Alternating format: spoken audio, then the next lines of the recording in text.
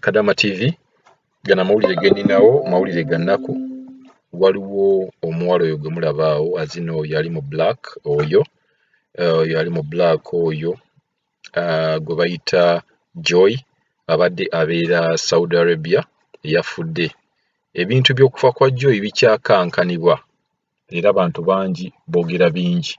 Video muzirabye zitambula ku YouTube ne zitambula ku Facebook video ng'afudde ne twebaza ne banne abamubeereddewo. Mwalabye waliwo abakyala babiri abaabadde awo bakadaama banne abaabaddewo bambi nga olaba bamufaako bamusiimula. Video ezo tuziyina ng'afudde ne tetwagala kuleeta bifaananyi bye. Video gye baazituweereza ziri video bbiri, tetujja kusobola kubeera nga tuziplayinga wano Kadama TV, naye abantu bikyayitingana, tetunnaba kufuna mawulire matuufu gennyini. Bikyayitingana nti Joy ayinza okubeera nga yaweereddwa butwa.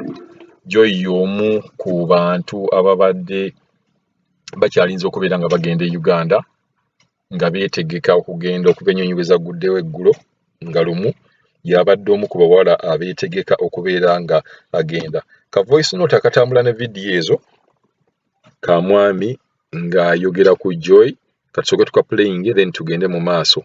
Omuntu yenna abamanyi Joy awo bamanyi story ennungi musobola okubeera nga mugiteekako paka bwe tunaafuna story entuufu.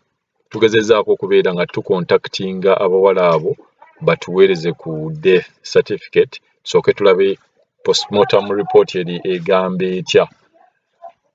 Then report eyo tujja okubeera nga tuvaamu okwogera biki ebiri mu report n'okubeera nga banne bennyini nabo bajja kuvaayo boogere. Kuba waliwo abakyala ababiri ababadde ku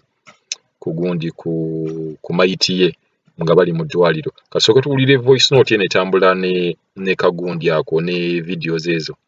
Oyo omuwala abadde Kadaama amaze contract abadde wagenda nkya oba mu nnaku 3 ezijja mu maaso awo, naye tebamanyi ekimusse, baamutuute mu ddwaliro n'afa bufiiyo. Ndowooza mu mulaba awo ng'afudde. Tulabika baamuwadde butwa ba boosi be Saudi Arabia.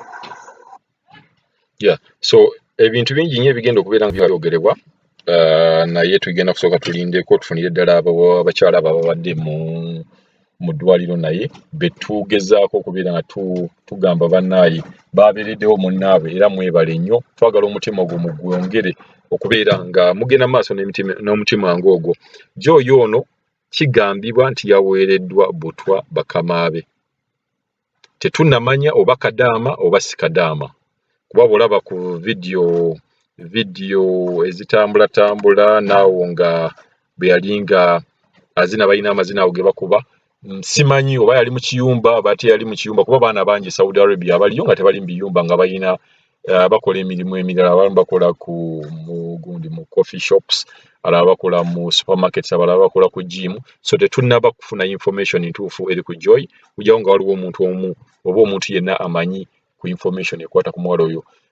Tusaba Katonda omwoyo gwe agulamuze ekisa ne Joy awummule mirembe. Kibi nnyo nti bannaffe nga bano bakadaama nga bano babeera bafa nga n'ebibase tubimanyi. Tujja kulaba report ate naffe tujja kubeera nga naffe tujja kubeera nga tubuuza banne bennyini babadde nabo batubuulire story entuufu kyavudde ku ki. Kuba reports zino oluusi bazikola naye n'olaba nga report tematiza mu nfa y'omuntu. Era bw'olaba video ezitambula negundi okufa kwa Joy okwo, olaba video ezo waliwo nga munne amusiimuula ekyovu ekyabadde kimuva mu nnyindo, alyoka amuggyeko pini ne bamuggyamu ne necklace. So alina ebyovu byabadde ava mu nnyindo. So tugenda kunoonyereza tulabe ekituufu ki ekyavuddeko Joy okufa. Omwoyo gwa Joy Katonda aguwummuze mirembe. Tujja kuvaayo ne video endala ekwata ku Joy.